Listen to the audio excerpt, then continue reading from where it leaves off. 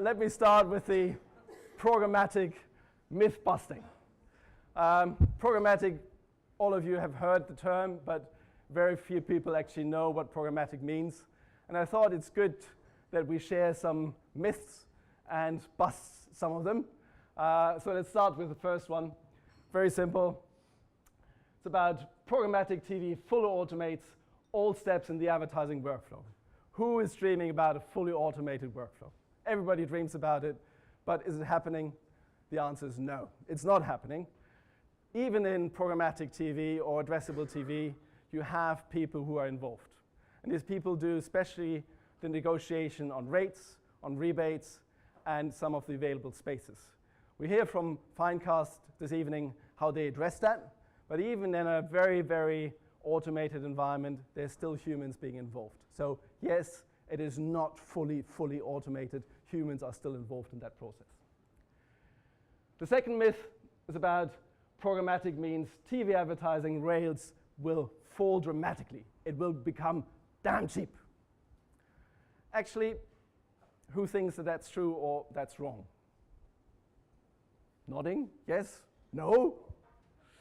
Well, the reality is it is not right, because the rates itself, as you see from the TV advertising market, are going up. What is true, though, is that because you can target the audience, you need to spend less money to do TV advertising. So that's the great news. The third myth is addressable TV finally so good that it will replace linear TV? Well, if you ask Sky AdSmart, they might say yes, but the truth is it will not replace linear TV in the near future. Because linear TV is such a great media to reach mass audience. And we have advertisers who do both because they see the advantage of both. So addressable TV will coexist, will take a larger market share, but will not replace linear TV in the near future. And that's a very British term, or very, very advanced in Great Britain, because Sky has such a leadership on the programmatic TV front, that we came up in Great Britain with the term addressable TV. And people say, well, addressable and programmatic TV is the same thing. In reality, it is not the same thing, and that's because the technology underlying TV is so different to the digital online world that people came up with the term addressable TV. So it is not the same thing, and just imagine as programmatic TV being the first step to a addressable TV future. So programmatic means automation, means optimization with machines, with computers, and allowing certain assets to be bought via a computer, meaning via programs. So automating that process, that's the first step.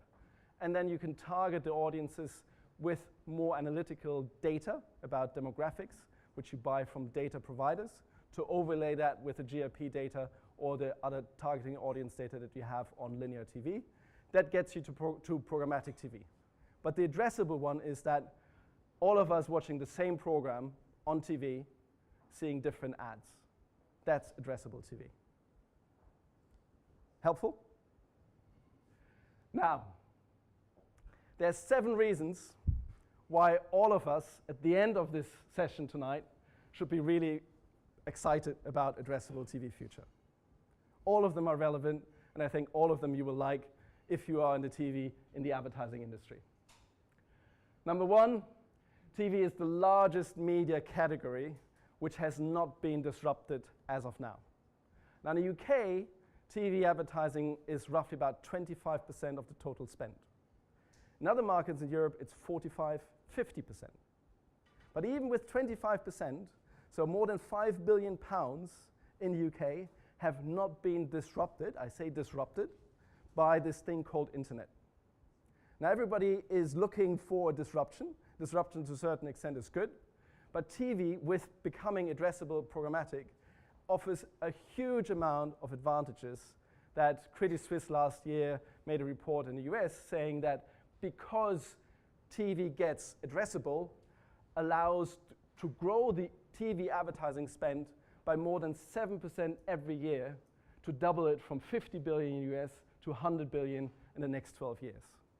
So that is really exciting.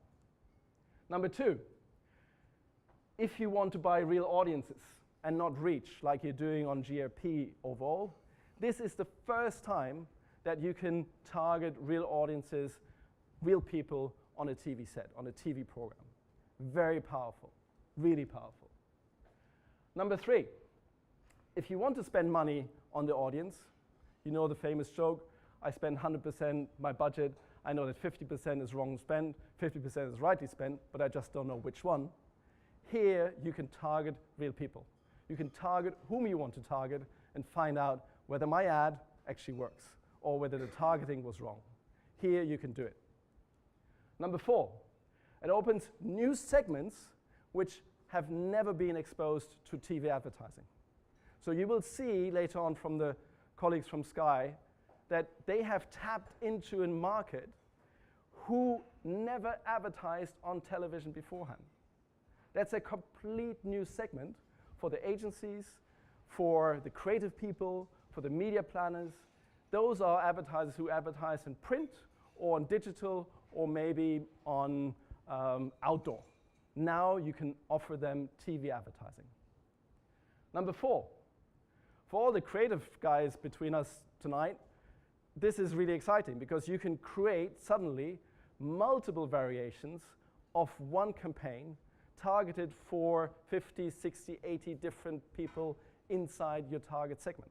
So not only by demographics, by region, by postcode, but also by age, by gender. And you can make that because you can target the audience individually. So we've seen campaigns in the United States, a little bit bigger than UK, where 35,000 variations for the same Ford campaign have been produced and have been delivered on an addressable programmatic TV campaign. So I'm not suggesting that we make 35,000 for every campaign, but we've seen that with BMW, mini campaigns, where even in UK we create 100, 150, 200 campaigns. But it triggers the creativity, and I think that's what's really exciting. Number six, video campaigns can be finally made available cross-platform.